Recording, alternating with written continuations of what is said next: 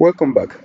In this lecture, we will continue with a topic concerning unsupervised learning. So, in the previous lecture, we introduced clustering. So, clustering is a typical unsupervised learning task. And in this lecture, I will introduce association mining. Okay. So, association mining is about finding association rules, correlation structures, or even causal structures. Okay. However, in this lecture, we will focus on association rules in the form of associations. But first of all, we need to picture the data set we can use in order to discover those associations. And the different data sets we can use refer to transactional databases, relational databases, also example or instance-based databases, and other sources of information we can find in the web. Within the different applications of association mining, we can find bioinformatics, interaction detection, recommender systems, cross-marketing, basket market analysis, and also catalog design. So association mining is quite useful in the business context because it allows getting insight from the data in a way that we can later on translate those insights into actions and eventually produce business value. Okay, but of course, we can use association mining in different domains, not only the ones related with business. But first of all, we need to understand what an association rule is. So basically, let's suppose that we have an if-then rule. So we have the antecedent and we have the consequence. And besides, we are going to use two values, two measures. The first one refers to the support, while the second one refers to the confidence. And in this example, we can see how this association rule looks like. So X is just a transaction. A transaction here means that we have an instance, but we are going to clarify the notation later on. So we have this association rule with the form X buys diapers and X buys beers. Okay, so it means that we have or we want to establish an association between diapers and beer. Okay, so it means that a person buying diapers is also buying beer. We have those values, those measures here. So the first measure in this example is 0.5%, while the second one is 60%. So in the case of the first measure, it means that 0.5% of the customers includes diapers, while the 60% of the customers also includes beer. And we are going to explain the meaning of also here because it's quite important when understanding the association rules. Well, if we want to summarize what an association rule is, it's basically an association relationship between two sets of items. Okay, so we can establish a relationship between two independent items, but we can do it as well using sets. When it comes to the notation, we need to define two important components. The first one refers to the attributes. So we have a binary set of attributes, which by the way refers to the items. Okay, and we have also the transactions. So in the data mining formalism, or perhaps in the machine learning formalism, the attributes or the items are equivalent to the features, while the transactions are equivalent to the instances. So we are speaking the same language here. The only thing that we need to discuss is that the set, this set of items is a binary a string, let's say, because we need to encode properly how those items are represented. Okay, and this is something that we can use, we can do using a binary string. So we are going to discuss more about this binary representation in the next slides. So at the same time, we need to identify the transactions, and therefore we need a type of identifier. So each transaction is associated with a unique ID, but this is only for identifying and distinguishing the indices, so nothing else. What is quite important here is that we have two sets, the sets I was talking about. So we have a first set, which is X, capital X, and we have capital Y. And we want to find a relationship between X and Y, which means that we need to find a relationship between the items in X and the items in Y. So you can see here that both X and Y are composed by items. This is what this notation represents. And again, the way we have to do that is by building this type of rule: antecedent, consequent, support, and confidence. So those are the important components here. So here the antecedent is basically X, the consequent is basically Y, and the support and confidence are measures that we can compute from the dataset. And of course, we are going to discuss how to do it. So when it comes to the support, so the support measure can be understood as a probability measure. So basically, it defines the proportion of transactions that contains items in X. So this is the mathematical representation of the support.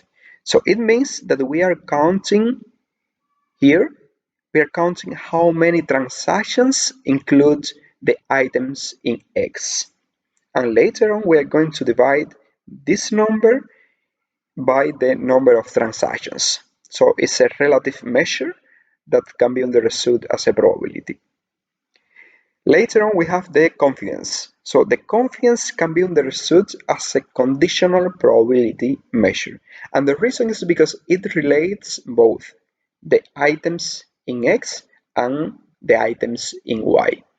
And we can compute this probability, this conditional probability, as the ratio between the support here of the items that belong to the intersection between X and Y divided by the support of X alone. So here we are taking into consideration how many items belong to the intersection between X and Y, and here we are just counting how many transactions include the elements or the items in X. This is why the confidence is a conditional probability measure. Okay. So in this example, we can see how a transactional database, or just the data set we are going to use in association mining, looks like. So here we have the identifiers I was referring to in the previous slides. So we have 1, 2, 3, 4, and so on. And here we have the items. And here we can say, okay, but this is not a binary representation, but as a matter of fact, it is. So here we can consider that we have 5 items, A, B, C, D, E, and F. So it's 6. Yeah, 6 items here. And the thing we need to do is to encode these items as a binary string. But this is quite easy to do, because if we look closely, we can see that this is already expressed in a binary way, because here you can see, okay, A, B, and C, they are present in the first transaction, while D, E, and F, they are missing. So the binary representation of this first transaction is 1, 1, 1, 0, 0, 0. Okay, and the same applies for the remaining transactions.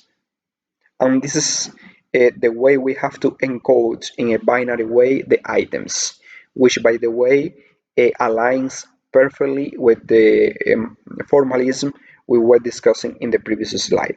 Okay, and later on we can use this information to compute both the support and also the confidence.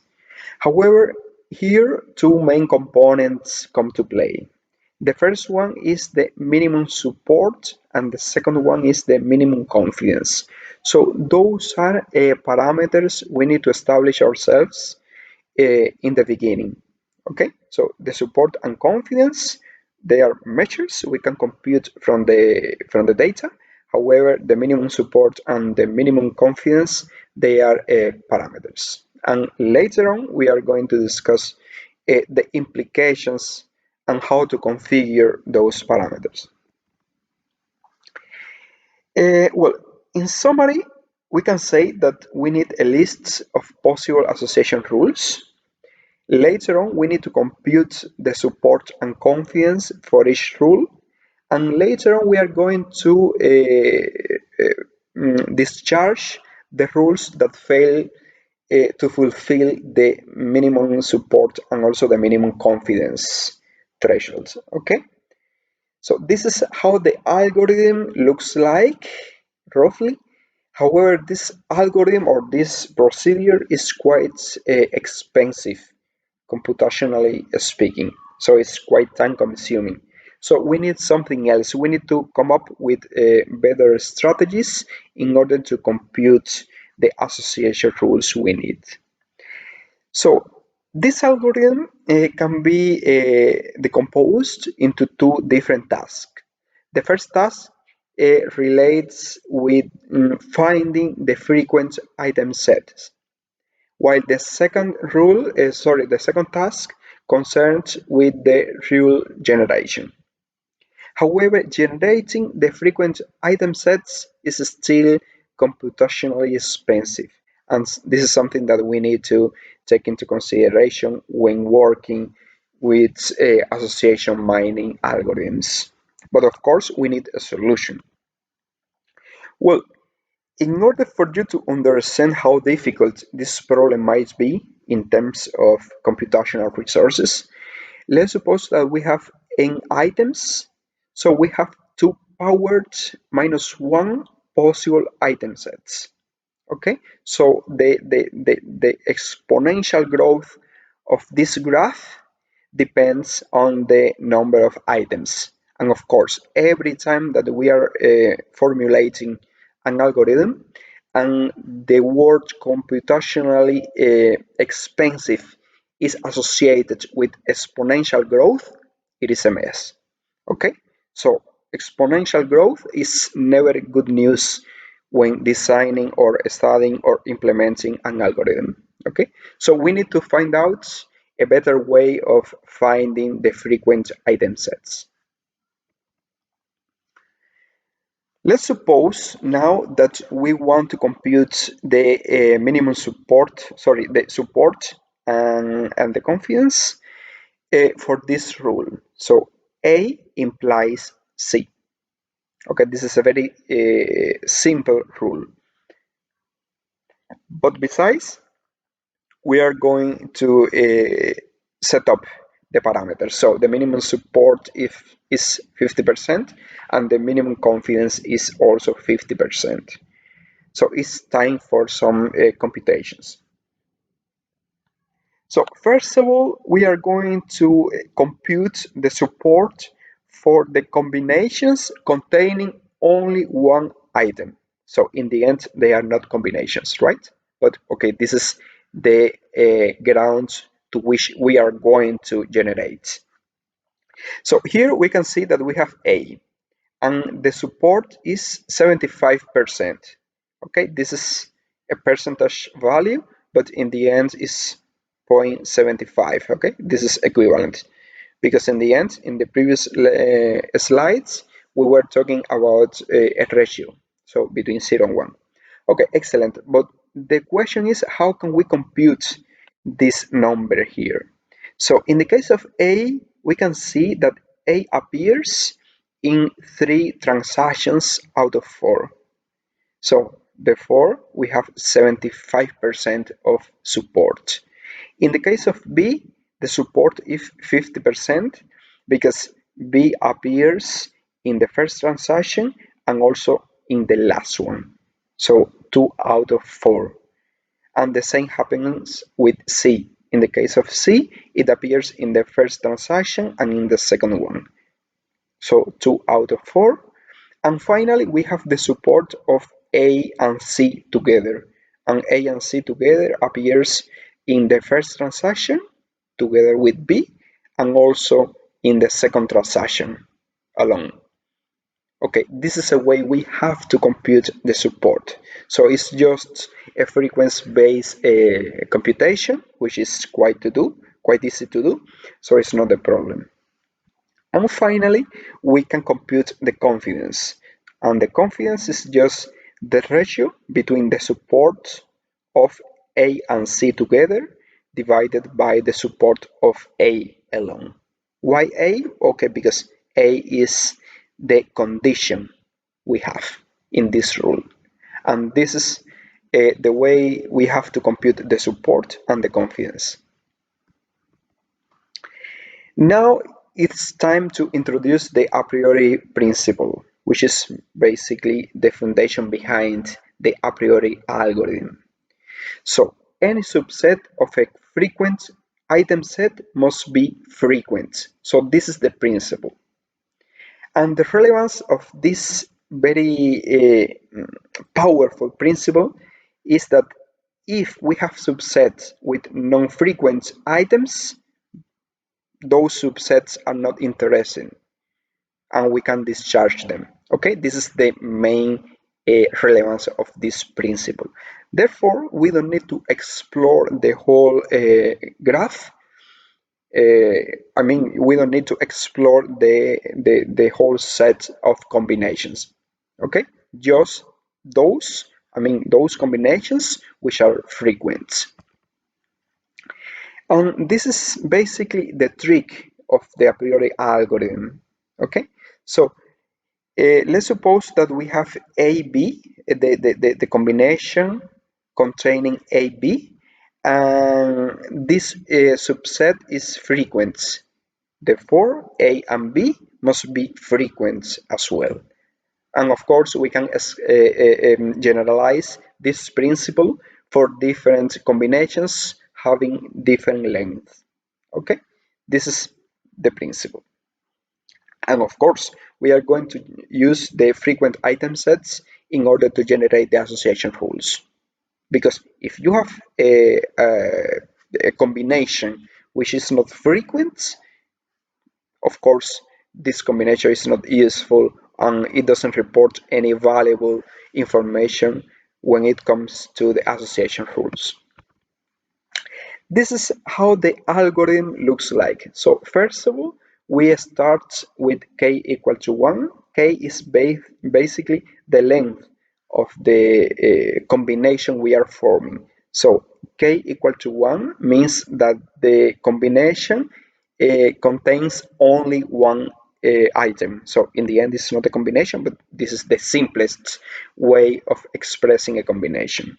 Later on, we try to identify the different combinations which are frequent, and we just increase the length and we repeat the procedure.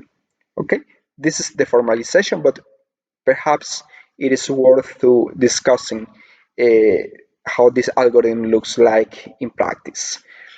So let's suppose that we receive this database, okay, and here we have just the identifiers. So in the end, they are not so useful when it comes to the calculations. However, we need to keep track on the instances or just the transactions that are discharged and the ones which are going to be retained. Okay, so in this example we have 5 items. Okay, so the first step is related with the computation of the support, and we start with the combinations having only one item at a time. So we need to find how many times the one appears in the data set, and we can see that it appears in the first transaction and in the third one as well. So the support is 2. We repeat the same procedure for the item 2, and we can see that it appears here in the second transaction, in the second transaction, and also in the third transaction. So the support is 3. The same applies for the item number 3, and in the case of the item 4 here, it appears only one time in the first transaction. Okay, but the minimum support is equal to 2 just because we wanted to establish the minimum support that way. Okay, so this transaction is going to be discharged. Okay, and you can see how the frequent items looks like. Of course, the term frequent depends on the minimum support. This is important to mention. So later on, after having removed the transactions, or just the combinations, sorry, the combinations that don't fulfill the minimum support requirement, we repeat the procedure. But this time we are going to increase the length of the combinations. So the length is going to be 2 in this step. And the way we have to create the combinations is just by mixing up the frequent items. For example, we are going to combine 1 with 2, 1 with 3, 1 with 5, 2 with 3, 2 with 5, and 3 with 5. So those are the possible combinations we can end up with the frequent item sets obtained in the previous step. And again, we repeat the calculation. So we compute the support. Here we can see that the combination containing 1 and 2 appears only one time, which is here in the third transaction. In the case of the combination 1, 3, it appears twice. So it appears here in the first transaction and also in the third one, and so on. So we compute the support. And again, we apply the minimum support rule.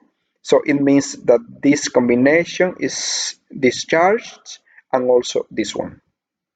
So we just retain the combinations fulfilling the minimum support thresholds.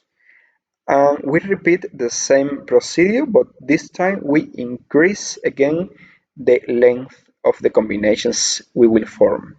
So the combinations having length equal to 3. So here you can see that the only combination that fulfills the minimum support threshold is this one, 2, 3, 5, which appears here in the second transaction and also in this third transaction. And therefore the support is 2. And that's it. And we have only one transaction here containing 4 items, but actually we shouldn't continue because we know for sure that the minimum support is 2 and we have only one transaction with that length, and therefore it doesn't make any point in continue the algorithm. So this is the formalization, how to generate the candidates, but actually this is something that we just did it. I wanted to formalize the algorithm for the sake of completeness, but that's it. We don't need to pay much attention if we know how the algorithm works. And in this slide, I wanted to picture, let's say, the different steps. So here are the 3 steps. So we have the database here. So we perform a first scan. So basically we just go through the transactions in the database in order to compute the support. We filter out the combinations which don't fulfill the minimum support requirements, and we repeat the procedure. So overall, we performed 3 scans, so 3 steps of the algorithm. Okay. Now it's time to discuss about the proper choice of the minimum support thresholds. Here we have some interesting consequences. For example, if we just reduce the support thresholds, of course, we are going to obtain more frequent item sets, okay? Because we are going to be more flexible.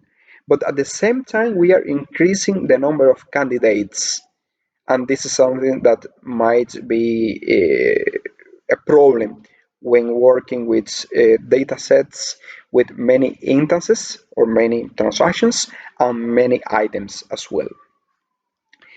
Now, when it comes to the size of the data sets, we need to take into consideration that the size will increase according to the number of transactions, but also according to the number of items. And this is something that we need to take into account when defining the minimum support threshold. We will talk more about this parameter in the next slides. Of course, the a priori algorithm makes multiple iterations, so it means that the execution time might increase significantly if you have a very large data set. Okay?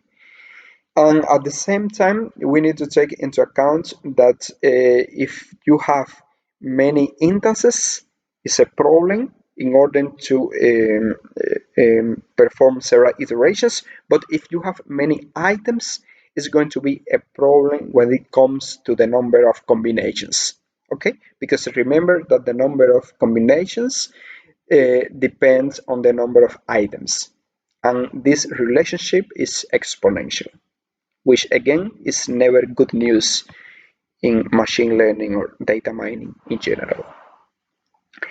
Now we have to introduce two very important theoretical concepts. The first one is the maximal frequent item set. So we say that an item set is maximal frequent if we have no immediate supersets which are frequent as well. So let's suppose that we have this graph here. You can see that we have the maximal item sets here, here, and here. So superset means that we have a set with a bigger length. So the length is a bit bigger, which is actually 1. Okay, so the difference between this combination and the superset here is 1 because we increase the length 1 time in 1 unit every time that we form new combinations. Okay, this is the meaning of superset. So here you can see that we have the border here. So it means that those combinations here, they are frequent, and those combinations here, they are not. Okay, so in the border, we can find the maximal item sets. In this case, this item set is maximal because we have here the different supersets that this combination is related to. They are not frequent. So this is the main requirements if we want to say, okay, this is a maximal item set. And the same applies for this combination here and also this combination. So here perhaps it's easier to see because here we only have one superset, immediate superset, and this superset is not frequent. Therefore, given the fact that this combination is frequent and its intermediate or immediate superset is not frequent, we can say, okay, this combination here is maximal frequent. Okay, I do understand that this concept can be a bit confusing, but if you look at the graph carefully, you can see the point I'm trying to make. The second concept we have is the closed item set. So we say that an item set is closed if no immediate superset has the same support as that item set. Okay, so here the criterion, let's say, is based on the support. So let's assume that we have this database here. So we have 5 transactions and we have 5 items, 4 items, okay, 4 items. So we can picture this graph, which is basically the graph we need to build when generating the combinations. So we just start with the basic items, the items themselves, and later on we form the combinations with size or length 2, and later on the combinations with length 3, with length 4, and that's it. And there is an A here for some reason, so apparently E is missing here. Okay, it doesn't matter to explain this concept. Okay, no, it's okay. So you can see here that E, those here are not supported. So there is no transaction supporting those combinations. But in any case, E is not present there, okay?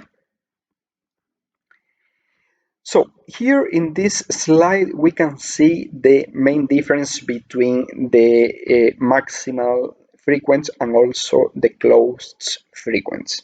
So here you can see that we have 9 combinations which are closed, and we have 4 combinations which are maximal, frequency maximal. So you can see here that the closed but not maximal are highlighted in gray, while the closed and maximal are highlighted in gray plus a thicker border. Okay, so you can see here that the way we have to compute the maximal is by using the border as a reference. So the border makes the difference between the frequent item sets and the infrequent ones. But in the case of the closed item sets, we need the support. Okay, and you can see here the transactions supporting each combination. Okay, this is important. And how many transactions support the combination is basically the support. So in this slide here, we can understand the relationship between maximal frequent item sets, closed frequent ones, and also frequent item sets. And if we want to, we can include in this diagram also the infrequent. Okay, so infrequent is something that we don't consider just because it does, this concept doesn't fulfill the a priori principle. So we operate on the frequent item sets. So this is the general definition we are interested to. But later on, a bit more specific, we have the closed frequent item sets.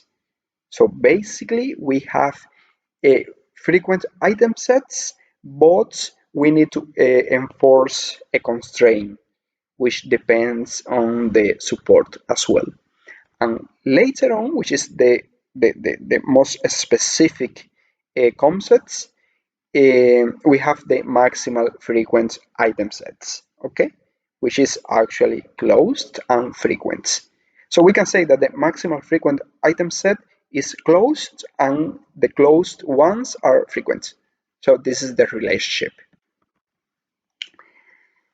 Okay, in this slide, I wanted to comment a bit on the relevance of properly configuring the minimum support parameter. So it's quite important because if the minimum support value is too high, the result is that we will probably miss important item sets. And sometimes we need to find strange patterns, or we want to find those patterns. For example, expensive products, okay? Or very strange behaviors, because it is an indicator that something is going wrong or exceptionally good, and we want to find out why. So this is the reason why we want to discover strange patterns. However, if the minimum support is too low, the algorithm will become increasingly computationally expensive. And of course, we need to take into consideration that this expensive relationship is exponential. I mean, the computational complexity and the number of items, this relationship is exponential. And this is something that we don't want to. And my final comment when it comes to the minimum support parameter is that actually using a single minimum support threshold might not be effective. So probably we want to use different minimum support thresholds. Well, now we have another problem to be solved because so far we were talking about items. So we have a data set and the things we have in the transactions are items. But sometimes we have numerical measures. So we should be able to perform the association mining uh, algorithm or technique. So this is something that we need to solve. So, of course, the best way to do so is just by finding intervals. So, the numerical variables are just translated into categorical variables, which are intervals. Okay? Or sectionally, we can form Boolean records. So, true or false. Personally, I preferred the intervals because it apports more information to the problem. And you are not increasing the dimensionality so widely, okay? Well, one of the problems with this mapping is that if you are becoming too detailed, so you can have a lot, you can have many intervals, okay? And of course, you can lose useful information. So the problem here is how to find the trade-off between the number of intervals and not losing relevant information while fulfilling at the same time the support requirements. Okay, so we have different solutions. Like for example, we can use the support in order to determine the proper size of the intervals. Or we can use different measures in order to define the intervals. But again, this is an open problem and it depends on the problem you are trying to model. Okay, so the best way to go is just trying with a first model and later on you improve your modeling. So perhaps you need to change the discretization algorithm, or perhaps you need to play a bit with the minimum support threshold. Another thing, another problem of association mining algorithms is that sometimes they produce too many rules. And of course, this is a problem because on one hand, we don't want to lose any relevant piece of information, but at the same time you don't want to produce, I don't know, 2000 or 3000 rules, because in the end they are not rules. If you have a lot of rules, you have sections, not rules. And this is something that we need to solve ourselves. And one way, for example, is to discharge the redundant rules. For example, if you have those two rules, you can just discharge the second one. Because here the first rule says, okay, A, B, and C, this combination implies D. So it leads to C to D. However, A and B also implies D. But A and B is already contained in this set. Therefore, this rule is redundant. And therefore, they have the same support and confidence. So this is something that we can do in order to reduce the number of rules. This is one solution. And the second solution, which is more theoretical, let's say, is that we can design other measures in order to reduce the number of patterns. So we can replace the support and confidence, because support and confidence are the key rules or the key measures, but they are not the only ones we can use when finding association rules. So that was everything I wanted to discuss with you concerning association mining. So this lecture closes the unsupervised learning concepts. So we know how to discover clusters, and now we know how to discover association rules. And when putting everything together, we have the knowledge to face the problem from different angles. So we have a classification, we have regression, we have clustering, and we have now association rule mining. So the important thing is we need to determine the proper approach based on the data we have and also the knowledge we want to get from the data we have. Okay, so of course we can discuss more during the Q&A session.